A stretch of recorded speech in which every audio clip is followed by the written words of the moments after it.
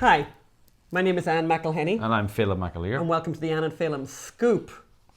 Yes, so this is the weekly scoop. This is the weekly scoop. Which I met someone at the weekend who said they preferred our daily virus. You see, and so for those of you who are only tuning in once a week, you really need to get the Daily Virus. And the Daily Virus is an audio-only podcast addition to our library, which you can listen to on any podcast platform. Yes, it comes out every day, as in daily. That'd be where the daily from Daily Virus. I met someone in a bar where I was not socially distancing from them, and they said, I prefer the Daily Virus to the scoop. She says, but she Thanks for that trouble there, Jenny. Yeah, thanks, Jenny. Thanks, Jenny. So the Daily Virus, really is the place for the latest news, views, advice, and madness of the pandemic. So Phelim always puts that voice on as well when he says that, so it's really charming, actually, particularly when you're about, obviously 19 weeks in. 19 weeks of me saying that in that voice. Yeah, and when you think about when we started doing a Daily Virus podcast for the Anne and Phelim Scoop, really when we started, I was thinking, 5 weeks for sure. 6. I was thinking it'll be over in 4 weeks, and we'll do a week of cleaning up and mopping up and talking about what we've lived through. So next week is 20 weeks.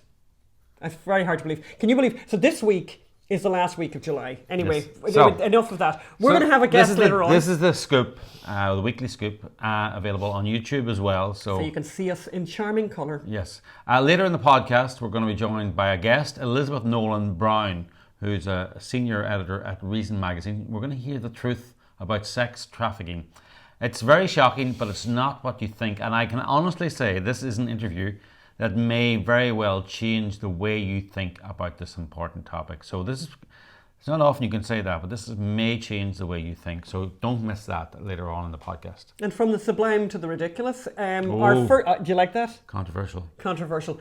Our first story today is about the Obamas, keeping you up to date with the Obamas, because they've got really big news today. Yes. They have a big news of what they've been working on. And we'll also be looking at how the Smithsonian decided to teach us all about racism and became, as Mr. Obama would say, became a teachable moment. A teachable moment for the Smithsonian. Yes. And we're watching a show called Brave New World on Peacock, and we'll tell you all about that. And Peacock, of course, is the new streaming service from NBC, and if they wanted to give us money for advertising, that'd be just delightful. What I want to know is, why is ZipRecruiter advertising on every other podcast except for ours? ZipRecruiter. Because we need more people to give us a 5-star rating, and we need more people to tune in. Yes. And we're going to end this podcast today on the patio again with our second pandemic cocktail. And this is a cocktail for those of you who are coffee lovers. And it's actually it's a very nice hybrid, actually. Do you like that, Phelim? It's a hybrid cross between a cocktail and a dessert. And for those of you who don't drink alcohol, there is a mocktail. Well, that's the one I thought I had invented. It's very sad. Oh yeah, Phelim thought, we had this recently, that's where I got the idea, and Phelim thought he had invented it, and then he realised it's been around for decades. A long time, and the Italians were way ahead of you. But let's go to the Obamas first, because it's a big day for the Obamas today. Oh, take the Obamas, please. It's a really big day for the Obamas today. Oh yeah, this comes out on Wednesday. So the Obamas today are launching their. Michelle is launching her podcast. It's a pity we're recording this just before we can hear this. Yeah, it really is. Actually, it's not. We lied. So tell us, Anne, it's Michelle Obama. She's really smart, and Spotify. And she's met the whole world of people. But also Spotify, they paid them a lot of money.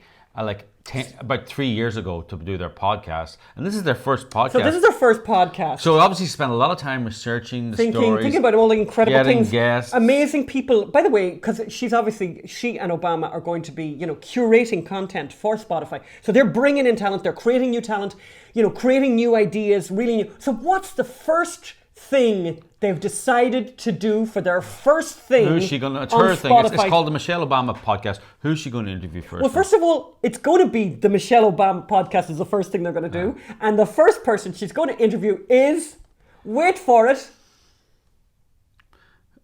Barack Hussein Obama, her husband, is the first person out of all the people on the planet Earth that she could find to talk to That's who she's going to interview. And by the way, guess who's in the lineup for later on? Oh, yeah, Valerie Jarrett, who lives in the basement, right? Does she live in their basement? Well, she lives in their house. She lives in their house. So not to go too far. And she's going to interview her mother. Michelle Obama's mother. Michelle Obama's mother. And she's going to interview Michelle Obama is going to interview her brother. God. So fantastic and super interesting, by the way. And just what I think... I never thought they were lazy, but boy, this is lazy. But you know what's fantastic about this? I just thought it was fantastic because it's like... So, you know they had this fantastic deal with Netflix. So they had this fabulous, fabulous deal with Netflix. Again, tens of millions of dollars, like I can't remember, 40 or $60 million, huge amount of money to curate content for Netflix, to create content for Netflix. Curate, produce, whatever. Find brilliant people, by the way, and this is the planet, and all of the diversity, and all of the interesting things, and people from all over the place. So the very first thing they did with all that money, all that first original thing they did for Netflix was to create a movie, a documentary about Michelle. And not only about Michelle, but about Michelle's book launch. Book tour. So basically it was a long advertisement. They call them advertorials, right, Philip? Yes. So it's adver-documentary. Do you like that? Is that it? Adver-documentary. That's a new word. Thank you. I appreciate that. TM, don't you go using it now and expect it not to get me a big letter from me saying... An adverdoc. They've made an adverdoc. An adverdoc is the first thing they did for Netflix. So I'll tell you one thing that, and I love this, by the way. So Variety have written a whole, gushing thing about Michelle's new podcast. And I love this because when she's talking and bantering with her husband, herself and Barack, they talk about being cooped up during the COVID-19, cooped up. You know something, Michelle and Barack, about being cooped up? I'll tell you something about your coop.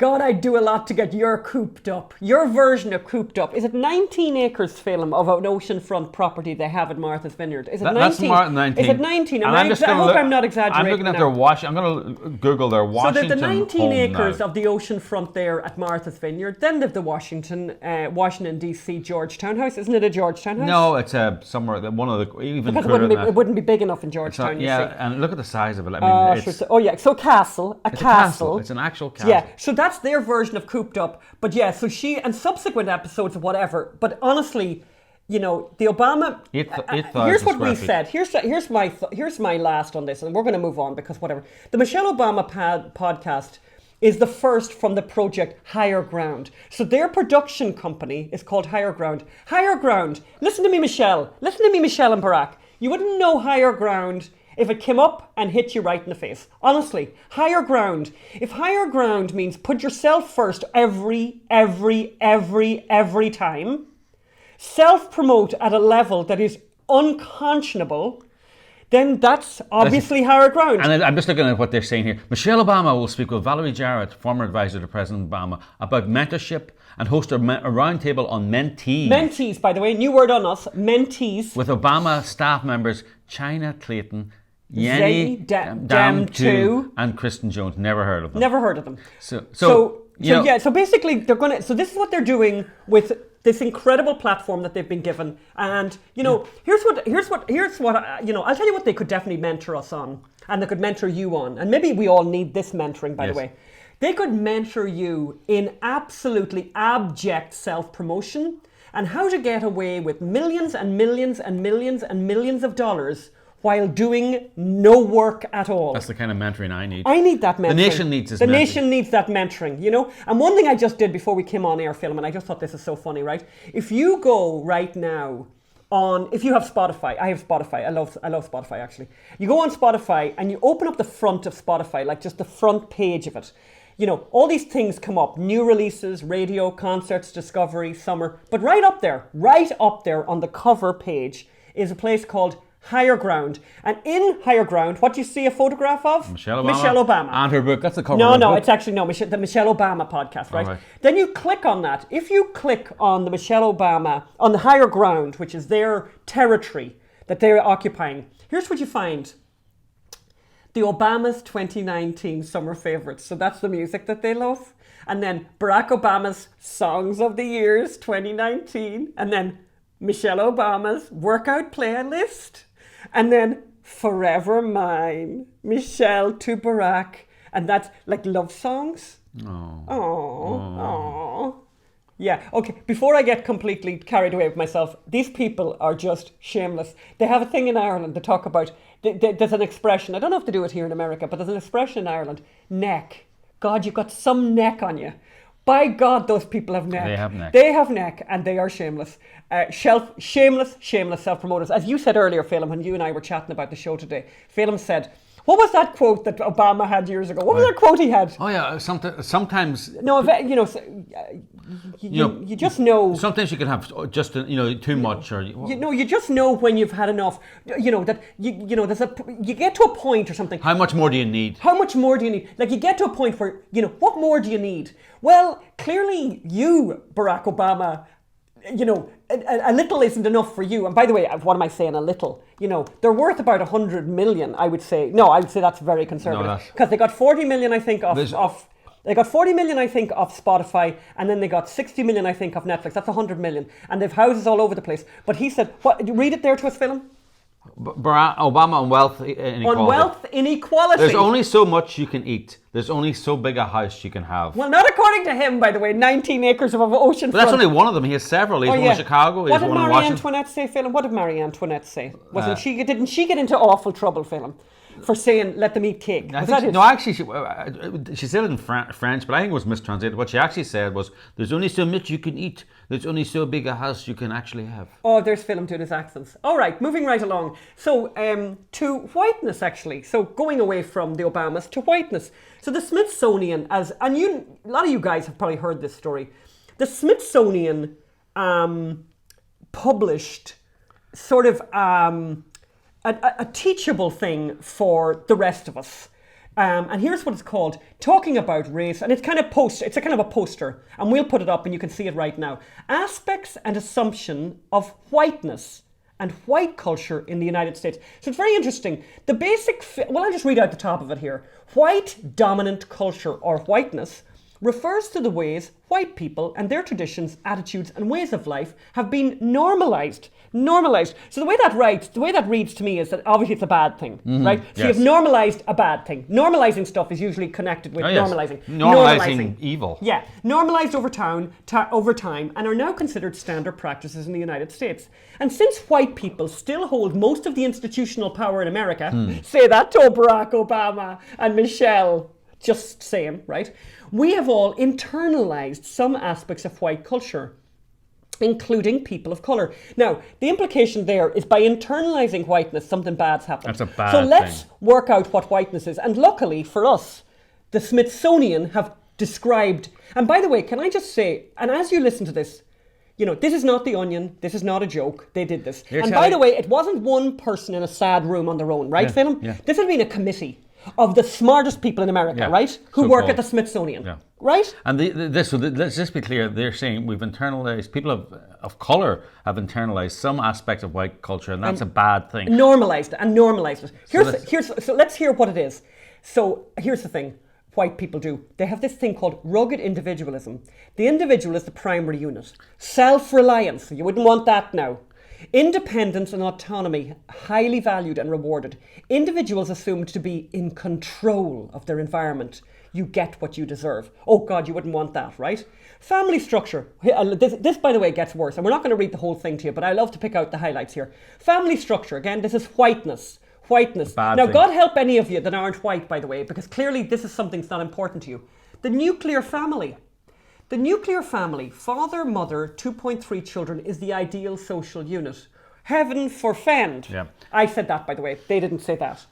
Husband is breadwinner and head of the household. Well, now that now is well gone. That's been gone a while now. Yeah, Wife is thank God. Thank God. Children. The 60s may have. Oh, by the way, children have their own room. Be independent. And then I love this. The next one's great. Emphasis on the scientific method is a fault of the white people. Read it, Phelim. Objective, rational, linear. Oh, you don't want that. You don't want to internalize. You wouldn't want to be doing that objective, linear thinking now. You don't want cause and effect relationships. So if you do something, there will be an effect. No, you wouldn't want to learn that, and you wouldn't want to be internalizing that. And what about that? Quantitative emphasis. So basically, evidence-based. Is that what it is, Phelim? Yes. Oh, that old evidence-based thing, as opposed to feeling. Yes. So the scientific method, history, whatever, moving Protestant on. work ethic. Hard work is the key to success. Work before play. If you didn't meet your goals, you didn't work hard enough. Those are bad things. They're bad things. So, and no, hang on, Phil. Where do you see the thing that I love here? Oh, I love this. Future orientation. Here, bad thing. Another bad thing, right? Plan for the future. Delayed gratification. I mean, by the way, and I don't do this because this is a family show, but FFS. Bleep, bleep, bleep. Bleep, bleep, bleep. Delayed gratification. Yes, actually, delayed gratification. It's called work hard now because something good will happen if you do. And by the way, sorry, but that's a bad thing. That's a bad thing. Delayed gratification is a bad thing. Progress is always best. Yes. Like, you're reading this and you're thinking, are you kidding me, right? Tomorrow will be better. So optimism, you don't want that. No, you don't want that because suicide, of course, isn't a problem at all, by the way. Time, I love this, by the way. Time. Follow rigid time schedules. Oh God, you don't want that. That's a bad thing. That's a bad thing. White thing you don't want to internalize. You don't want that white thing. And what about time viewed as a commodity? So that your time is valuable, right? My time is valuable, right? Or you wouldn't want that. Talk about making people feel worthless. Oh, but by the way, talk about insulting black people. Really? I'm just thinking all the black people out there, people of color out there, who must be reading this thinking, oh really? I'm not that and by the way, if this behavior among people of color, by the way, is an internalized thing from the white community, and it's a bad thing, can you please tell us at the Smithsonian, what would be a better way of doing a schedule? What would be a better way? What would be the better thing than the whiteness thing? So the whiteness thing, right, Phil, is to follow a rigid time schedule. I used to be a high school teacher. Try imagining that, right? Let's just get rid of that. Well, let's run the Smithsonian with no time schedule. Just whatever you turn Whatever up. time we want to open it at. But also, if you just want to chill out there, maybe sleep overnight or whatever, and then leave whenever. Let's say meetings at the Smithsonian. Whenever, turn up whenever you like. Turn up to discuss what you're going to buy, what you're going to open. But if you want to do this exhibit, like the exhibit about Black Lives Matter or whatever, turn up whenever you like. But let's not have a meeting, or the meeting's tomorrow sometime. Maybe tomorrow, maybe some other time, whatever, who knows. Aesthetics, whatever, moving on. Holidays based on whatever, competition, justice. Oh, justice, based on the English common law, protect property and entitlements. And intent counts. Intent counts. And I love this, by the way. Communication. One of the things, again, whiteness, a really bad thing, be polite. Don't discuss personal life. Don't show emotion, whatever they're saying. But basically, be polite, well, you wouldn't want that now. You wouldn't want that now at all. Written tradition, apparently. Written tradition. Oh, because the oral tradition is so great. Okay, moving right along, because we've got a lot in the show today. But one thing to just say is we are watching, and we're going to bring this back to the show. We've been kind of neglecting this. Hollywood, and obviously we live here, so we need to be doing this. But we've started watching Brave New World on Peacock. So Peacock is the new streaming service from NBC. And by the way, I think, correct me if I'm wrong, but I think you can sign up for a month for free to check it out. So Brave New World is, as you can imagine, based on the Aldous Huxley book, is a dystopian utopian drama.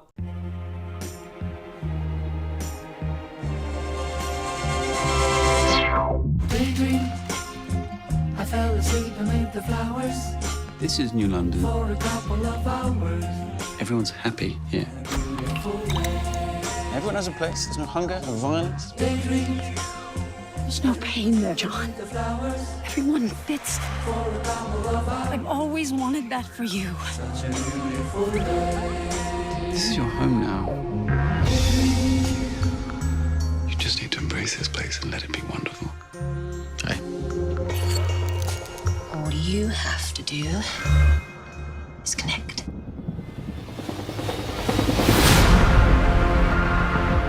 Everyone belongs to everyone else. We're never alone here. Everyone's connected. I've been watching you people. But this place is so perfect. Why is it upside down?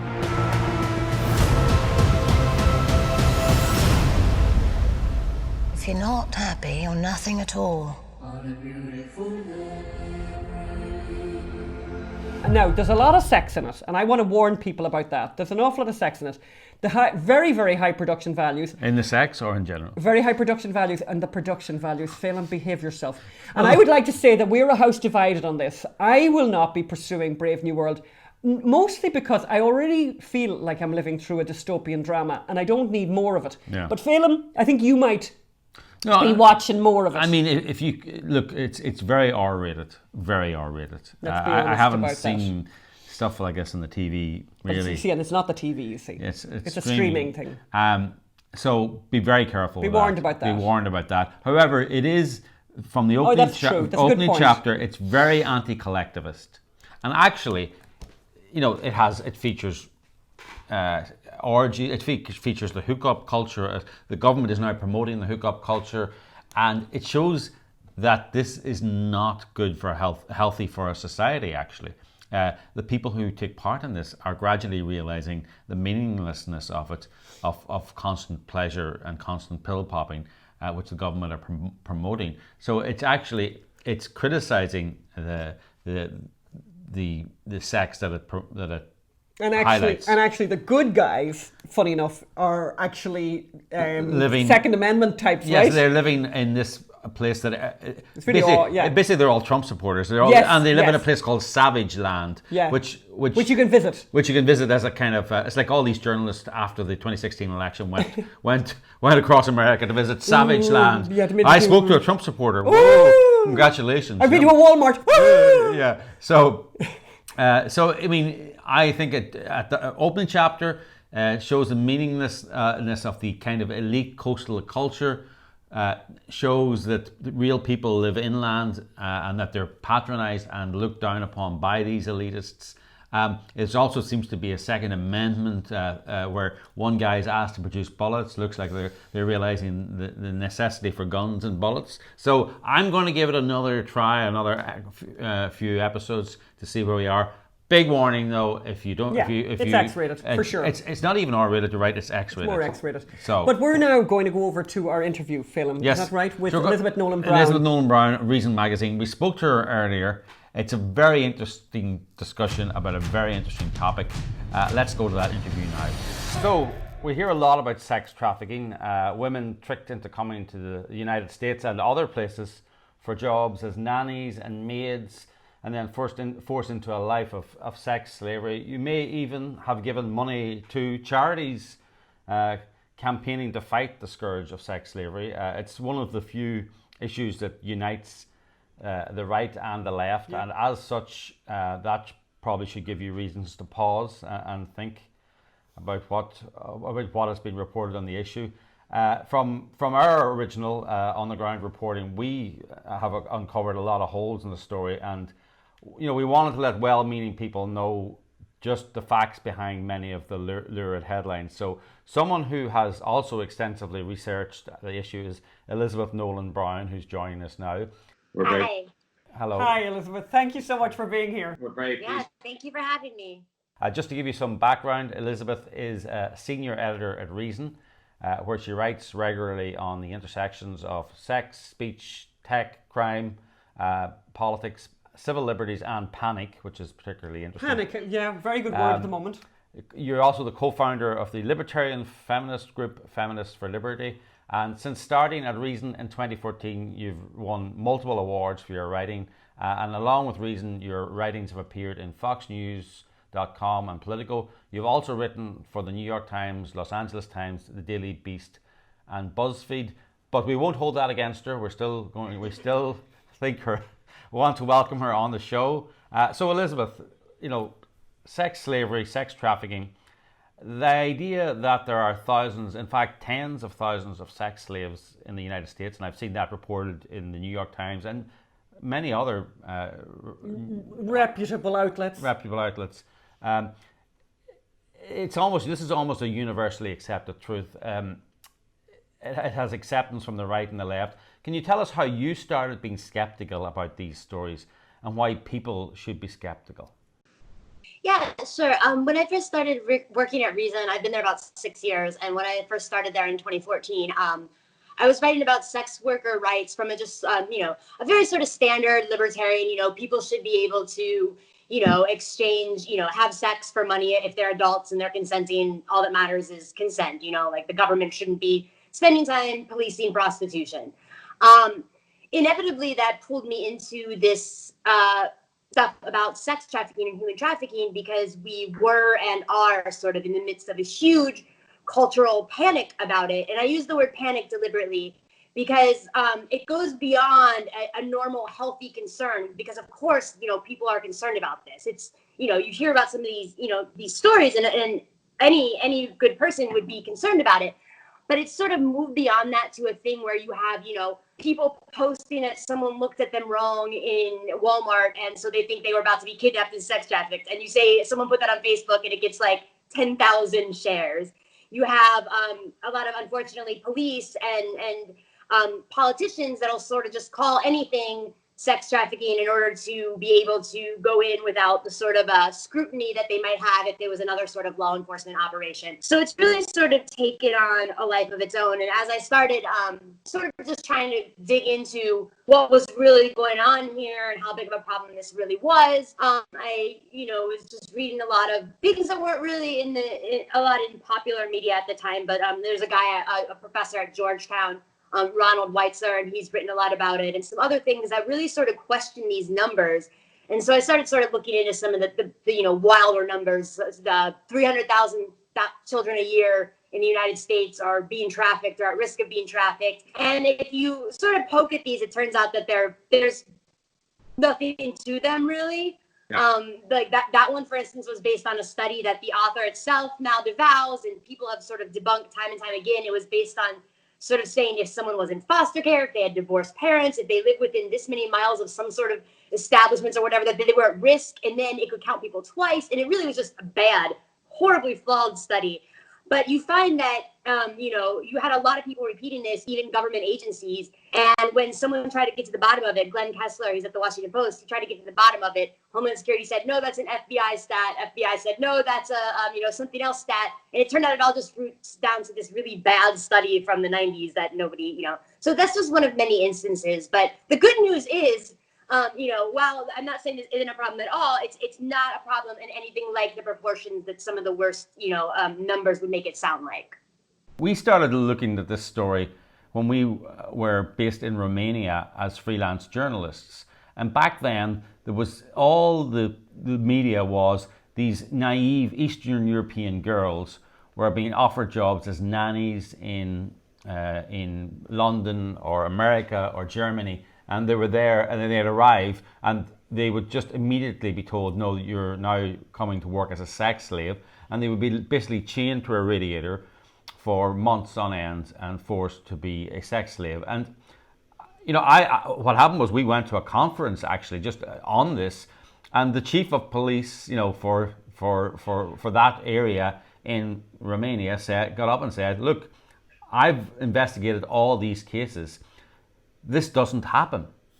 These are Romanian prostitutes going to Western Europe to make more money. There is no example of it ever. And then he goes, actually, there was one example, a librarian from Constanza, but when she realized what had happened, what was going on, she immediately stopped the going abroad. She didn't even go abroad, and. Is that still the same myth that people are being tricked into jobs, or has the myth, there's a thing now with sex trafficking inflation. Has the story grown? Tell us what's new.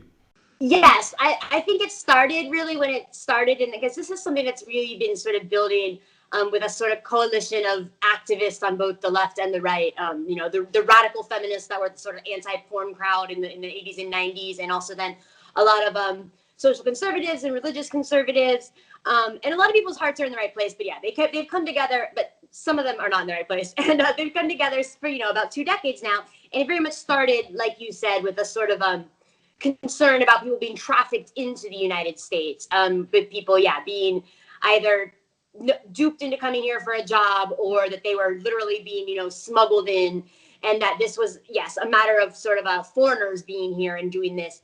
It really sort of in the past, like last decade, then it really sort of evolved into, I think, I don't know if they just wanted to ramp up the pressure, but it became like, this is happening in your backyard, became one of the main sort of messages of a lot of these groups that say that they're fighting sex trafficking and ultimately just sort of push for stricter laws against sex work generally and things like that. But yeah, their big thing then became, this is happening in every county in America, every country in America, or every city in America. And then they they pull stats about prostitution arrests or something like that and say, look at this, and sort of conflate things to really sort of make it seem like now that there are just some, American kids being snatched up off the streets. And I think that's why you see so much of the fear on people just with these, memes that go around on Facebook and stuff like that, because there is a lot of fear now. People have been so misled and confused by this that they really do think that, that there's people just waiting to kidnap and abduct women or kids just right out in plain sight. And that's, almost never how it happens when there are situations involving abuse. So can you give the people who are listening to this and who are thinking, oh my God, this is such a shock what they're hearing from you. Let's give them a specific case that you've investigated that sort of really elucidates exactly the point that you're making. A very specific case. Because as you say, there's a lot of well-meaning people out there who have been told this by the media, have been told it by activists. And they'll be shocked now to hear this, and they'll think, well, what's the proof of what she's saying? Yeah. So one that I just got done writing about is Senator Josh Hawley, Republican senator from Missouri. He's been in Washington a few years, but before this, he was the Attorney General of the state of Missouri. And when he was there, he led a raid on 13 businesses and a few homes in Springfield, Missouri, Greene County, Missouri, saying that they were all Asian-owned massage businesses, mostly Chinese massage businesses.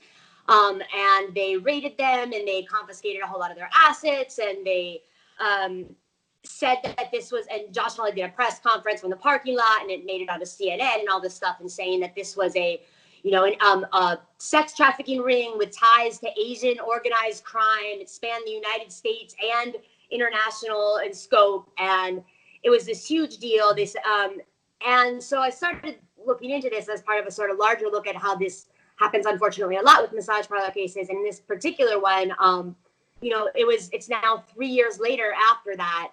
The only criminal charges that were ever filed were for giving massages without a license. So essentially occupational licensing or business, licensing law violations. There ended up being, I think, 5 or 6 criminal charges for that. They charged 8 people and a couple of them were dismissed. They seized a few people's assets and then eventually had to give them back.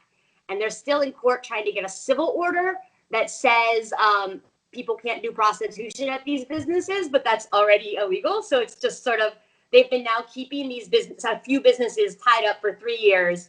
But they didn't no one was charged with human trafficking. No one was charged with sexual assault. No one was charged with labor trafficking. No one was charged even with prostitution. It was all just, a couple of licensing law violations. There was a neighboring investigation in a neighboring state, which also separately, they said the same sorts of things, that it was a, international sex trafficking ring, whatever. They ended up having one person plead guilty to labor trafficking and one to money laundering, but they didn't have anyone actually complaining against them. And this was after the police had kept them in jail for a year with exorbitant bail and said they could get out if they pled guilty to these things. So you see a lot, but in both cases there, the police did get to keep a lot of assets that they seized, and they got a lot of good press for the initial bust about sex trafficking, and no one really followed up. There was a little bit of local press that followed up, but usually, you don't see, CNN never followed up on the big bust to actually say anything else. It's very interesting you say there, no one made a complaint against them. None of these sex trafficking victims. Now, in the UK, very interestingly, that was a big problem for them. No one. So what they told the victims of sex trafficking was that if they made a complaint, they would then become a victim of a crime and could claim compensation from the government. So they've managed to get a number of people to claim that they were sex trafficking victims in the UK. The Robert Kraft the Robert Kraft case, it's another one. He's the, you'll have to explain who he is to us foreigners. He's the manager or the owner of the New England Patriots. What happened to him? Yeah, this is a very similar case. I've written a lot about this one too. He went into a massage parlor owned by some Chinese immigrant women and staffed by Chinese women in Florida. Got a massage at the end, got a sex act, not actual sex, but a little bit of sexual touching along with the regular touching. Paid extra for that. From, I think, the 2 masseuses, one of them was in her 60s and one of them was in her late 30s or something. So these were not girls. They all had their massage licenses. They were all legal immigrants here. They were licensed masseuses who also were sex workers and chose to offer a little bit of extra, sometimes to clients. And But the local police, along with Homeland Security, did a raid on these. They've been doing an investigation for years on the one that Kraft visited and another few of them. They put in surveillance cameras. They taped every single person who got a massage in there. And, you strip down when you get a massage, even a very regular massage, you at least get in some partial undress. And they recorded videos of everyone who got a massage there for, weeks on end. They went through their trash. They followed them, whatever. Ultimately, they charged a ton of men with solicitation of prostitution. And then they charged the business owners and workers themselves with prostitution-related offenses. No one got charged with trafficking. No one got charged with anything involving force or, assault or anything like that. But you're saying that the that the reason that they got these surveillance warrants was in order to try and discover this sex trafficking ring. Is that correct? But in fact, yes. and then in the end, what they did get was, so prostitution is illegal in that part of the country? Prostitution is illegal almost everywhere in the United States. There's only a few counties in Las Vegas that it's not. But it's not a federal crime. So that's what's kind of interesting. It's a crime at the local or state level. Historically, it's been a thing, it's a very low level offense. I'm not saying that that's nothing, but, it's a misdemeanor offense. Local cops or county cops go after it.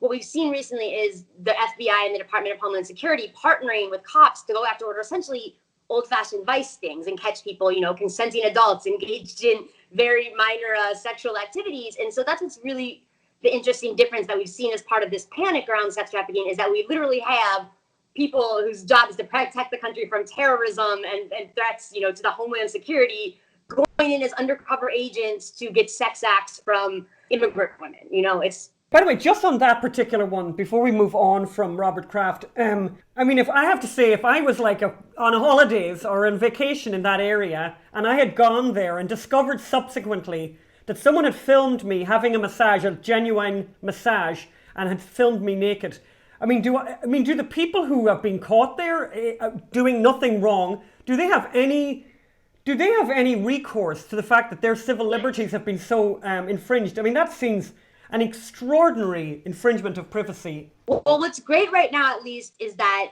a whole lot of people are suing over this. Okay. Robert Kraft is suing. The women who are arrested are suing.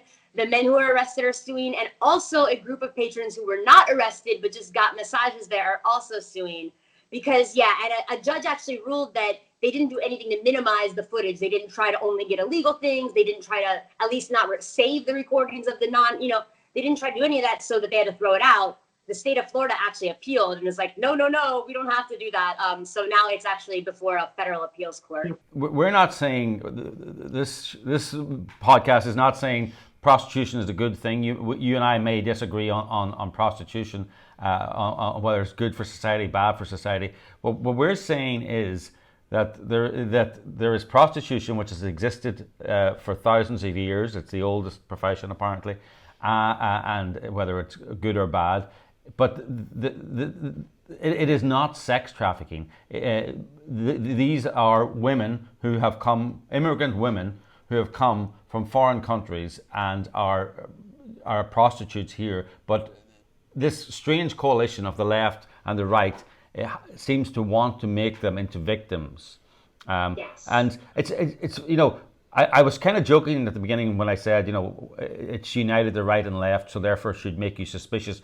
But it should, because those are two, there are two very different values, left and right, ways of looking at the world, almost diametrically opposed. And if you start agreeing on something, then you're probably agreeing on something that's not real, because you can't have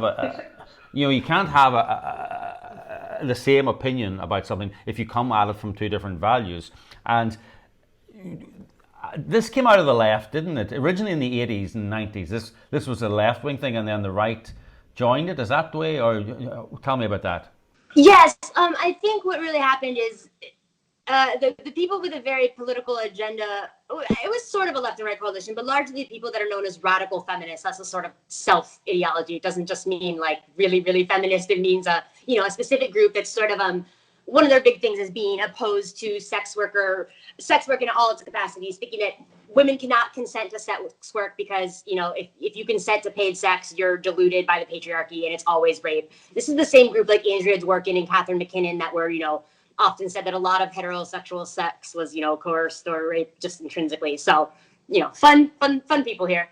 And yes, it was really sort of when the porn wars started dying down, there's a lot of groups and there's documentation of them sort of saying, okay, we're going to pivot now to prostitution, anti-prostitution activism, and we're going to call it anti-sex trafficking activism because that will bring more people together.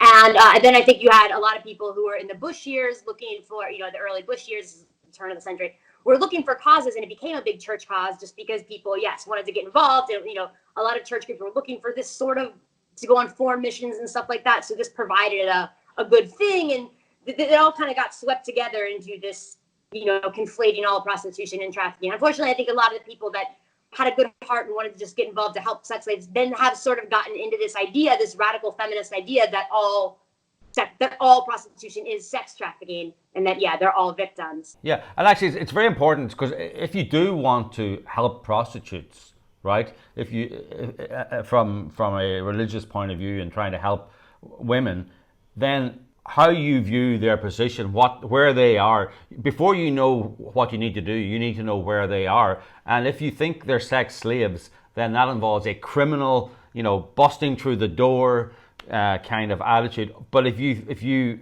accept the reality that these are prostitutes who have maybe had a bad life, a tough life, who would like to maybe do something else, it's a different approach. It's a different approach. So for people, well-meaning people who want to help people in less fortunate circumstances, you need to know these truths. And we're not trying to tell people that we're trying to help people make good decisions. So one of the other things that you write about is panic, which is an interesting word. I liked when I saw that. So what do you think of the panic that we're living through right now?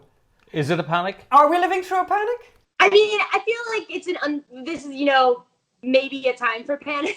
So when I say panic, I guess there's a lot of, I like to do a lot of debunking. Reason where I work, Reason Magazine in general, we like to do a lot of debunking stories, especially because so much of stuff, so much of media is left or right. So they don't think critically or look critically at claims made by their own side. And since we're, neither left nor right, we're willing to sort of examine things and stick up for whichever side has the truth on their side, I guess. So we do a lot of just like whatever is popular in the news cycle that's a crazy, outrageous claim, sort of looking into that sort of stuff. And having done that, what do you think we should be in a panic right now? I don't think we should be in a panic. I mean, I think it's a serious situation. Yeah, I think. I just read someone, a writer for Time magazine, who admitted that she has, on Twitter, she said she hasn't left her one-bedroom apartment for 130 days. And all these people wrote in underneath that tweet and said, I haven't left for 138 days. I haven't left for 140 days. I haven't left for 125 days. Lots and lots of people. And I mean, really haven't left their apartment at all. I would go mad if I did not leave my apartment. Yeah, I kind of thought it was, and she was a young person with a lovely young face on her, and I thought, wow, okay, that seems a little bit over the top. So, but the government seems to be using. Tell us about how the government is using this COVID situation to really to infringe on civil liberties and to increase its power. How is that happening? Yeah, I think that. I mean, for one, we're seeing this sort of just a lot of control fights between the federal government and the state government, and sort of just, but both of them sort of trying to grab more control and be like, no, I'm in charge of this. So, to pass tougher laws around things. A lot of the, just fine, like when we had the curfews, fines for going out after and everything. I mean, luckily, I think we haven't seen anything too bad. I think there was a lot of fear in the beginning that we were going to get some really draconian, like, test and trace measures that were very invasive.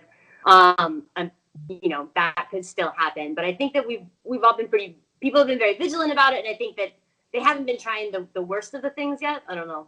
Maybe I'm being optimistic.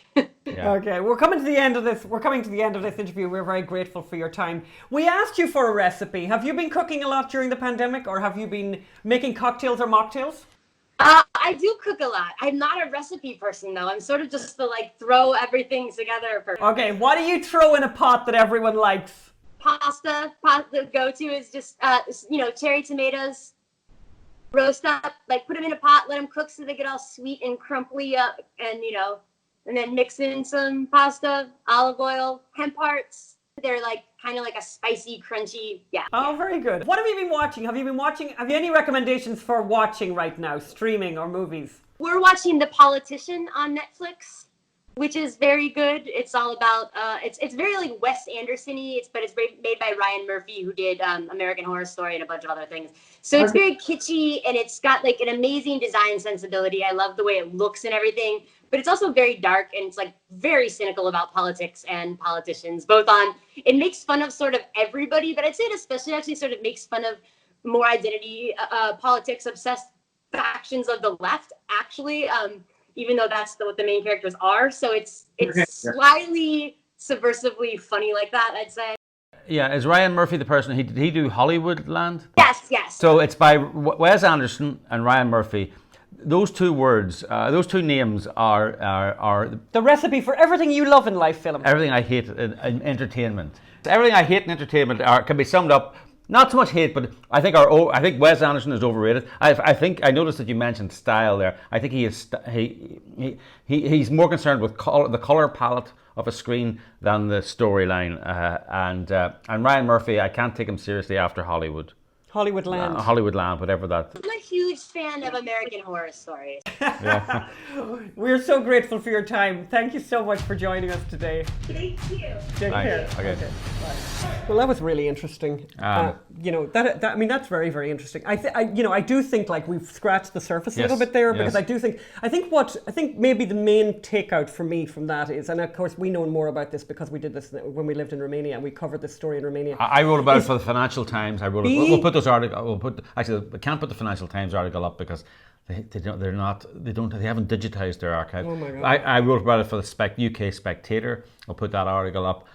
But be skeptical. I think that's what Phelan I think that was a really good point you made. If you find something where the right and the left coalesce and agree very dramatically, as they do on this particular topic, be a little bit skeptical. Yeah. And ask questions when the story seems extremely extraordinary. Just ask questions. And sometimes you'll find in the most dramatic stories that they become a bit shallow. If they sound like a plot of a movie, they're untrue. And this is what Taken was all about, the sex trafficking with Liam Neeson rescuing his daughter. But I'm sure you've lots of questions, right, and comments, right? And please as Anne says, I think we just scratched the surface.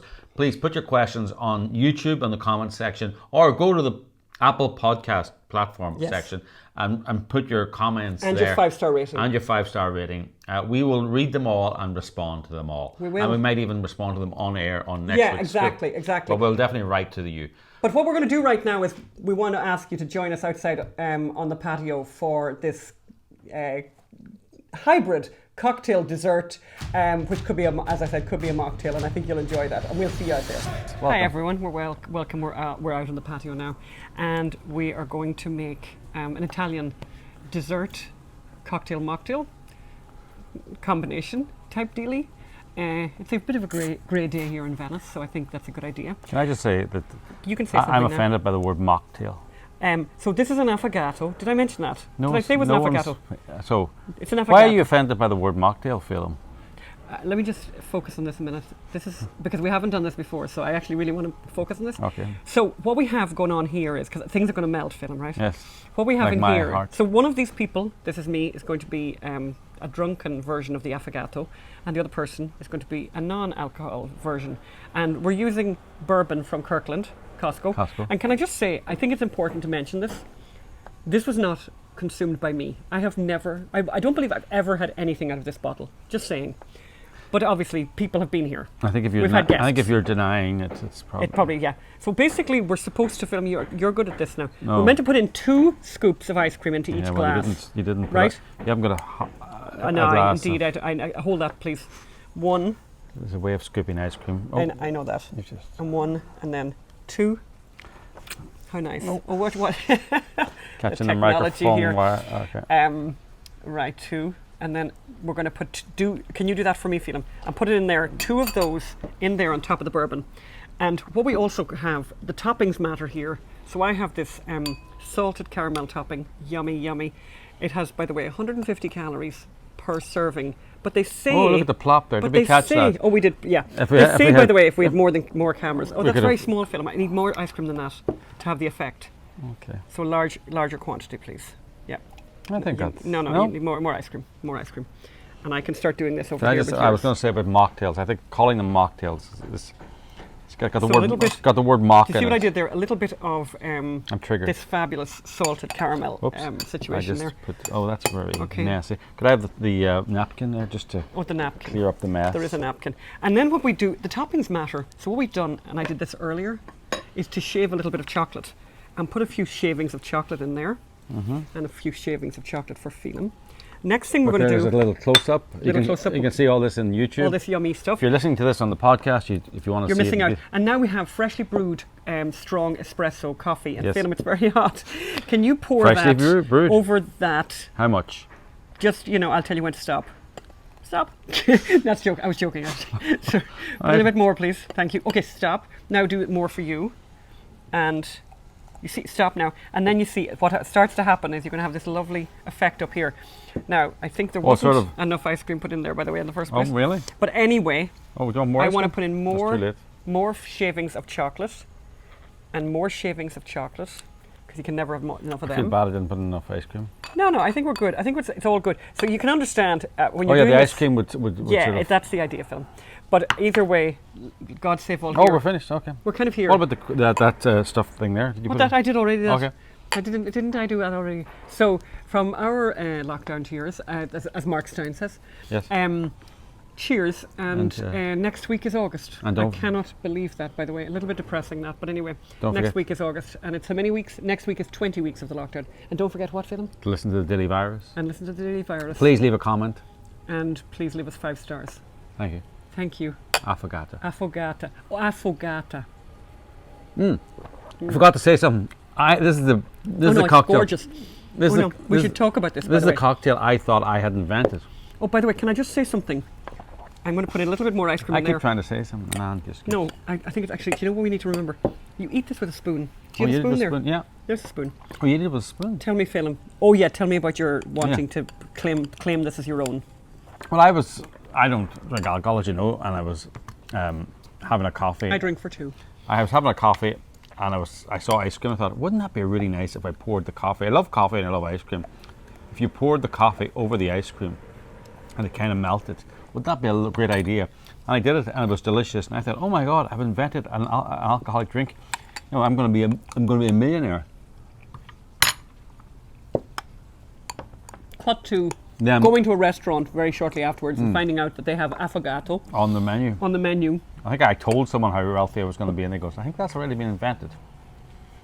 So I think we have done it slightly irregularly. Yeah. But I still think if you look, oh sorry, Phil, I think I messed up your jumper there. Okay. But you McGanty. see how nice it looks in the glass as well. By the way, we're not gone yet. Okay. Oh no, but there's the neighbours starting to do some construction work, so we better stop. Bye. See you next Bye. week. See you Bye. next week. Bye bye.